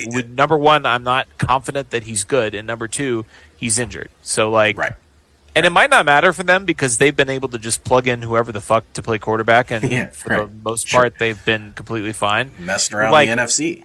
Other than those two, those are the 3 teams. The next best team by record in the NFC was the Vikings, who had a negative point differential. So they're obviously not. They were not good. And I'd love to be able to say the Lions, but the Lions unrestored the roar by taking a running back and a linebacker in the top 20. It's an absurd draft. They don't understand they don't need to tank anymore. Now go, but they don't. And honestly, I don't remember who I was replying to the other day, but they really wanted to take their fan base was really excited about the possibility of taking Bijan, and it kind of makes sense because the last time the Lions won the playoff game, Barry Sanders was on the team, and it's the last time you won anything, we had Barry Sanders. That's the key to winning in the NFL. We just need the next Barry Sanders because you're stuck 30 years ago in the past. You've been suspended in that reality for 30 years. Well, maybe that's Jahmyr Gibbs. Maybe it is. Jahmyr Gibbs is a good player, but he better be. When you're drafting him 8th, he better be a good player. Right, exactly. 12, but 12. But Bijan went 8th. Yeah, that's right. They're gonna take Nolan Smith, I'm certain, or I'm gonna get $1 million one way or the other. Yeah. Just cut that part out. Cut. It's going to be interesting to see. Well, the problem with having a live audience is that there are live witnesses to me making $1 million bet. I've said some dumb things on our draft show before, and immediately I wasn't going to bring it up because it seems like our audience has let it go and hasn't held you accountable. Let's move past it. Let's let it go. Past it. Let's move it. So we're waiting one pick, and then the Chiefs are on the clock. We're waiting one pick, and the Chiefs are on the clock, unless they trade down, which again, at this point, really would not surprise me. It would make sense because I think that number one, assuming the Eagles take Nolan Smith, which I again would be floored if they did not, but at that point, the board is what it is. You don't have an obvious choice to take. Maybe Joey Porter Jr., maybe Michael Mayer. But not an obvious pick out of the remaining board. Plus, you could call around for somebody that wants Levis. And the Eagles might be doing that. Or Hendon Hooker. And the Eagles might be doing that right now. They might be. And that would work out fine for the Chiefs if... That would also be a very Howie thing to do. Yep. Yep. If right now Levis goes 30 and the Chiefs can either have their pick on the current board, which does include Nolan Smith. I mean, there's still some guys here that would work out and be a lot of fun. Joey Porter, that would be a lot of fun. It's really surprising to me that between Nolan Smith, Joey Porter, and Will Levis, one of those guys is not going to be a first-round pick. Yeah, it is surprising. But it really just goes to show that we don't know anything. No, we don't. They were 13, 15, and 16 on our big board. And who picks first tomorrow, courtesy of the Bears trading the 32nd overall pick for Chase Claypool, is the Steelers. The Steelers. So the Steelers could have Joey Porter Jr. tomorrow after they pass. They would love that. And obviously, if the Steelers go to bed tonight with Joey Porter Jr. still on the board, Nolan first Smith pick tomorrow, you nailed it. I mean, you owe me $1 million. I don't think that's how it works. You said I bet you, and I was prepared to accept. And you were prepared to accept $1 million. So I think that is a binding oral contract. Of course, they did it, and so now the Chiefs are on the clock. Yeah. That's interesting. The Eagles are they mean business. They mean business. They understand their window. They understand that they just locked up their quarterback. They have a nasty defense. They've got playmakers. They've got everything you need. They have no competition, which is another thing that Tom Brady will tell you absolutely need to win a bunch of Super Bowls is you need no competition around you. And they don't have any. So, go all in, guys. Go try and win a ring. You got to get past the champs in order to do it, but good luck to you. I obviously am into the Eagles. I like them. Yeah, totally. And we've talked about this a lot, and obviously us beating them head-to-head just has strengthened our our love for the Eagles. Like, they gave us Super Bowl. So good for the Eagles. Imagine being a fan of an NFC team that isn't the Eagles. You're like, obviously it's still a better situation than being in the AFC. You'd still rather be, like the Bucks than the Broncos. At least, you've only got to get past one team, but you got to get past Howie and Jalen Hurts and, it's Nick Sirianni and just a mega roster that they've assembled, an absolute Death Star there. They've got the best quarterback in the NFC now, pretty comfortably, right? Jalen Hurts is the best quarterback in the NFC. He was best all year last year, and there's really no competition for it. Who would even be Dak? Close? Kyler. Right. Sure. Cousins. There is none, especially with Rodgers going to the Jets. That solidified it. That was right, exactly. The argument was Rodgers or Hurts, and now it's Hurts. Right. That's it. Right. Well, the Chiefs are on the clock at 31. Let's see what we do. We will prepare a lot of write-ups. Good players here. That we have a ton of stuff from our friends. Our big board right now, just to shout out all the people's hard work that we're using. KCSN, ESPN Mel Kiper. I'm not really shouting him out, but he does this every year. Ringer, he doesn't need our shout-outs. Dane Brugler, PFF. Those are our kind of big board consensus guys that we're using to figure out. But then we'll have scouting reports, including from our guy Dan Harms at RGR Football. They have a great, all their write-up on their draft guide is really, really good. And then, obviously, we're going to talk about the relative athletic score of the player that the Chiefs draft. So, a lot of fun information coming up with whichever player this ends up being. It's just, I guess who's your number one right now? If Nolan Smith is now off the board, we talked about a couple of those other guys. I think my number one wish would probably be Joey Porter. I think a cornerback paired with Trent McDuffie, two young cornerbacks in an AFC that has quarterbacks all over the place. Yeah. Yep, I agree with that. Build from the back end, and obviously, having coverage is going to let you build up your pass rush. Joey Porter Jr. would be my preference here. Michael Mayer would actually probably be my number 2, and then probably Brian Branch. Those are the top 3 guys on our consensus board here. Darnell Washington would be really interesting. He's our TE3, and he's obviously a monster. Move him to left tackle, I guess. That's pretty good. But in all seriousness, any of those guys, I think I would be fine with a trade down here. Although I would feel horrible for the people, out at. I agree. I would too. The draft, They've been out out at there Union since Station, 5 o'clock. It's 11 o'clock now, and sure. Matt Lombardo points out that the Eagles in the past 2 drafts have drafted Georgia players: Jordan Davis, Nakobe Dean, Jalen Carter, and Nolan Smith. The entire Georgia defense. And I mean, if you're going to draft from a team, and team.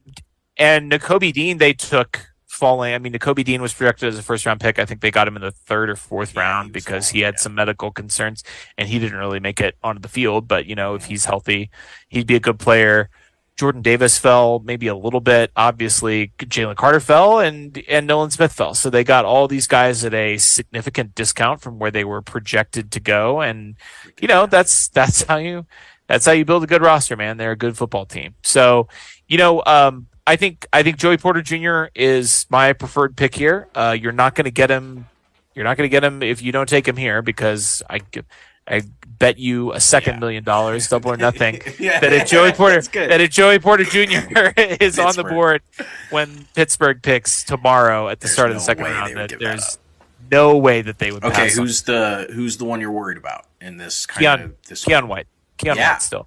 Now I will say Keon White is a guy that I mean Charles, I think Dan and certainly Craig when we talked to him all expressed concerns about Keon White. I will say Keon White, so from what I've heard, he has done really well on the S2 and on some of the cognitive performance tests is what I have heard from my sources. And I think the Chiefs value that, but you also have to understand, I mean, he's an older player. He's still pretty raw. I think everything that I've heard suggests that he's very smart, but he's still pretty raw and he's an older player. And, I mean, it just would be hard to get excited about that, especially when you've got, a guy like Joey Porter on the board, when you had a chance potentially at a guy like Nolan Smith. I mean, Michael Mayer at this point too would be fun. I mean, like he just is he's the best. He's the best all-around tight end in this class. He's not as good a pass catcher as Dalton Kincaid, but he's a much better blocker. Sure. I mean, would give the Chiefs better size, fun options on offense. Absolutely. Yeah. I think it's. I don't know if. I think if they were trading back, we would have known by now. Right? I think we would too. They're on the clock, I think so too. And I feel like someone would have said someone else is on the clock by now. So I think we're going to get a name here soon. Yeah, I think we will too. It's going to be interesting. I'm glad that the Chiefs have been saved from the possibility of going with Will McDonald, who went 15 to the Jets. He was a guy that the Chiefs were linked to that I know Craig was also not excited about when we talked to him. I'm glad, obviously Jahmyr Gibbs, who I think will be a good player, but I'm just glad that, I'm glad that we don't. You can't decline Clyde's 5th-year option the same year you draft a running back at the same spot you drafted Clyde. No, you just can't do it. You cannot. You can't do it. It would have been malpractice. So. You have to learn from the mistakes of the past, the recent past. So we're on the clock. We're waiting for the Chiefs to make our pick. We had to wait all the way until pick 31. It's nice, though, to be the last team drafting. It's the second time in 4 years that we get to appreciate the last pick of the draft, the last pick of the first round of the draft. And just looking forward a little bit, we're not going to do anything for the rest of the weekend, but we'll be back next week and we'll talk about everybody at the Chiefs pick over the weekend, which is a blast. I mean, it's great. Really I mean, that's always one of my favorite shows of the year. And we're not, we were talking about this before we came on live. We're not watching college football every weekend and we're not grinding a ton of tape for these guys. So for us, what's fun about this is the joy of discovering, who these guys are and what they're about, and then, sharing that with you guys. So we're excited. Who I remember being really excited about last year was Leo Chanel, because that relative athletic score, where you're like, the Chiefs drafted the most athletic linebacker of all time. Like, that's fun. Right. Like, it's just or I think he was at 999. Maybe he was certainly. He was right up there. He was right up there. So I mean, and that's a guy that we could have never known who he was before the draft. So. I think this is just a really interesting time to be a fan. It's a really interesting time to be adding, you can kind of just squint and hope at all these guys. You can see, that's the other thing is when these guys are all picked, everybody goes, oh, this is the type of player he's going to be in the NFL. He's going to give him this. He's going to nah, you guys don't know any of this. Like these are lottery picks that the lottery tickets that all these teams are pulling right now, where like, hopefully these players will turn into, half the player they were in college, and all these teams are thrilled. But it's just not going to happen. A lot of these first round picks that we're all saying, oh my God, I wish we got, like, they're just not going to do anything in the NFL. That's how the NFL draft goes. The Lombardi trophies are out for the Chiefs pick, so that's exciting. But we've got a pick in, according to Brandon Zenner. He's the first person I've seen. Don't know who it is yet. I know. I'm surprised by that too. But who would, we know who's going to be. The Chiefs would have to be the ones leaking it. And I guess, if you're hosting the draft, I could see them not, wanting it to get out of the draft room just so that, you get a true legitimate reaction from the crowd. But here we go. Chiefs have a pick. They're not trading back, and we know it's not going to be Will Levis, so he's not going to be a first rounder. Unless they take him as a backup. That would be sure. Well, freaking Chris Collinsworth said that they were going to take Hooker. Hooker here. He did, and that's obviously it's an absurd premise, but Felix it could come true. FAU. Oh my God, the crowd. The crowd must be going insane for that. That's awesome. That's fun. That's really fun. It is fun. And it's cool because, like I said, really my only reservation with that pick was he's not a prototypical Spags guy. But that's great because it shows growth. Yeah, and you know what? You have to have a prototypical guy. Yes, exactly. Growth is exciting. And honestly, I think it shows a lot of development from the way that the Chiefs coaching staff, it just shows that they're being adaptable. And the way that you coach defense in the NFL is different from the way Steve Spagnuolo was coaching defense 15 years ago when he played Tom Brady in the Super Bowl. Like the kinds of players that we're talking about the wide receivers in this class, they're tiny twinks. Like everybody in the NFL is getting smaller and faster. Yeah.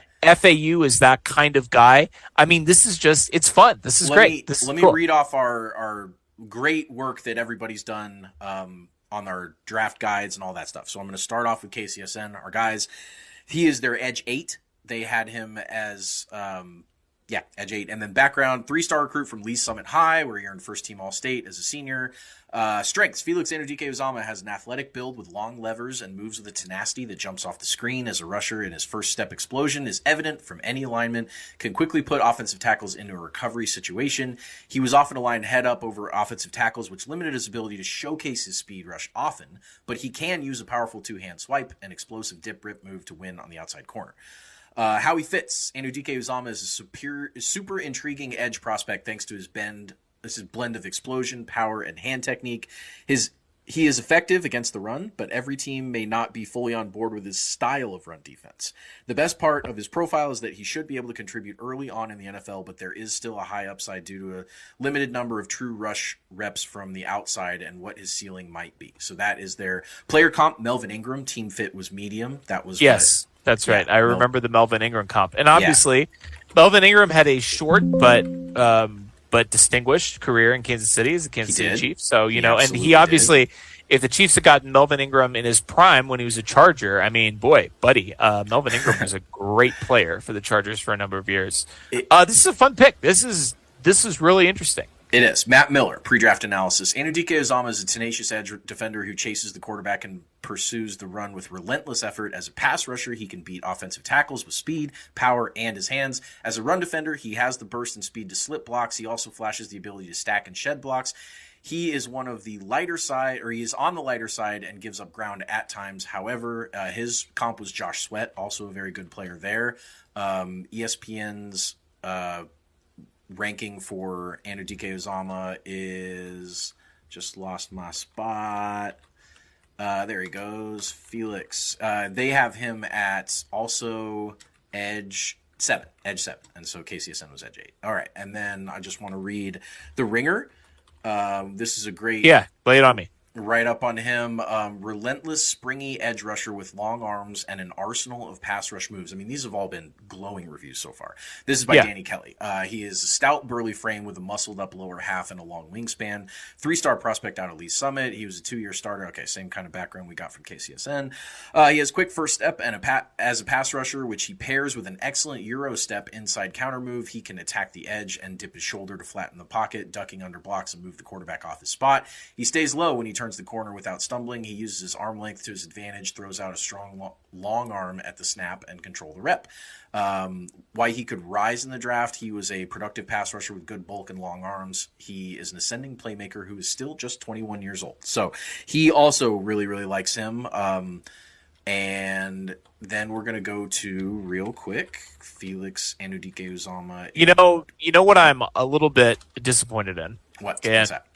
We've lived through it with Nick Bolt, former Mizzou graduate, is that as somebody that does not partake in the factionalism of local collegiate sports, you don't. Yeah. It is extremely difficult for people to be objective. Yeah. And just scrolling through my Twitter timeline, I have people that are being like, fuck yeah, this is the best pick ever. And then people are like, oh, this pick sucks. Right. Don't like FAU, whatever. Like, I mean, like, get over yourselves. As you said, he's a Kansas City guy. It's fun to get excited about that. Hopefully it goes better than the Bubble Starling situation it did for the Royals. But listen, that was the Royals, and this is the Chiefs. So it's bound to go better. PFF, Anudike-Uzomah is one of the best edge benders in the draft class. He's the type of edge rusher that's going to convert a lot of pressures into sacks because of this. This is what's so interesting to me is the bendiness, because Spags is not a bendy pass rusher guy. Right, exactly. Yeah. He's and Frank Clark. I mean, these guys are more power rushers, and now we have a speed rusher, which is exciting. I'm into it. Of his 89 pressures in the past 2 seasons, a remarkable 21 of them ended up as sacks. So he's a finisher. He gets the job done. That is, pairing a speed rusher with Chris Jones, it's fun. Exactly. Our guy Dan Harps, toolsy feel for the pass rush element with natural ability and sets up moves for later in the game. He has tools to set the edge consistently, but can guess and lower his head at times and lose the side of the ball. Double teams aren't a great strength, but he's got the upside, so he likes him a lot. He had him as the film rank 4th edge, so he really, really liked FAU on film.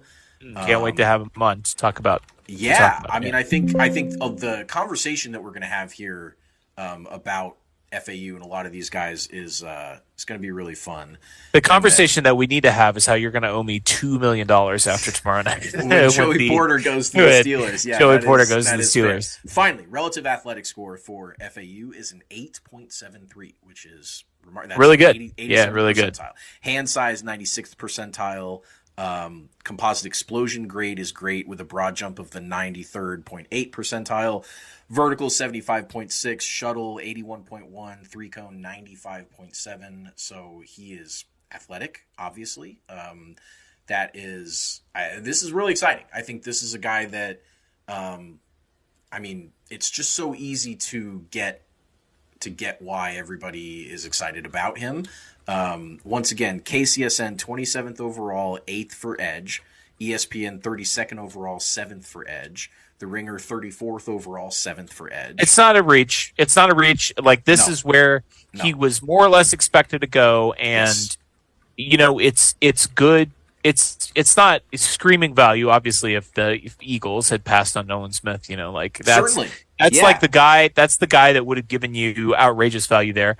But it's a reasonable pick in this range. I mean, this is pretty much where he was expected to go, and this is kind of his range. And look at a the good board. Pick. He's 32nd. He's 32nd on our consensus pick. So, and there was no outrageous value. And left. he was the best edge left on our consensus board as well. If you look at all of our rankings composite. So that was a guy that I think I identified on one of those most recent pod shows as a guy that I really wanted in the first. I'm thrilled about it. I think that he's going to fit in really nicely. I'm thrilled for him to grow up in Kansas City, play at Kansas State, and then get drafted by the Kansas City Chiefs. Like, that just doesn't happen that often, that a guy goes from high school to college to the pros and, stays within a 2-hour drive of all 3 places. Yeah.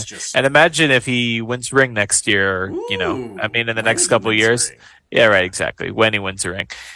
Before we close this out, we should probably take a look at the board left and just kind of, if there's any guys that you want to kind of shout out here in the second round that you maybe would be interested in. Where are the Chiefs picking? I don't have that information off the top of my head. Let's just take a look. It's got to be the end of the second.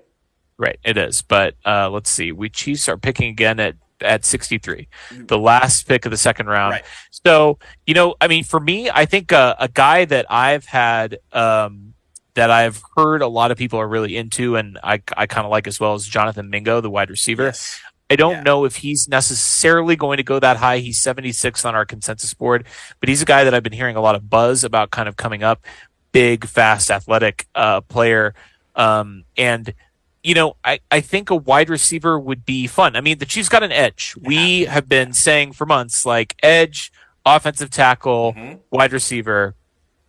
That's I think Marvin Mims from Oklahoma was a explosive playmaker in college, played in a pro-style offense, really. I mean, once again, I love targeting guys that were from the Big 12, the SEC, the Big 10. I think those, if you played college football in those environments, the learning curve is easier in the pros, all that stuff. So I really like a guy that had a big college workload, and Marvin Mims certainly had that. That would be a lot of fun. We've got him at 67 overall, so kind of sitting there right where that range would be. And, to go for two Big 12 players in their first two picks would be kind of fun for the Chiefs, and that would be everyone's pretty familiar with Marvin Mims in the Kingdom.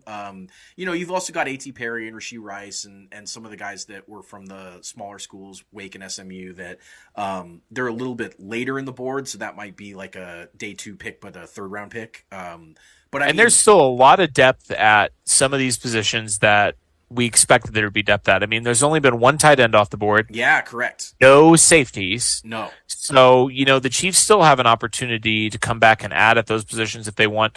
I would not be surprised if they had one of these tight end prospects fall to them at the end of the second round. And I think that'd be fun.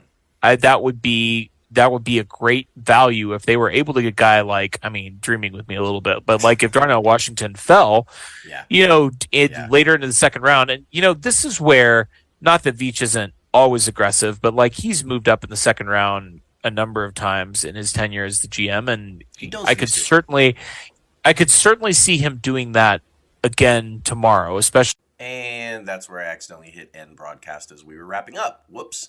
Thanks to everyone for listening, and thanks to Brett Veach and crew for continuing to make things always sunny in Chiefs Kingdom.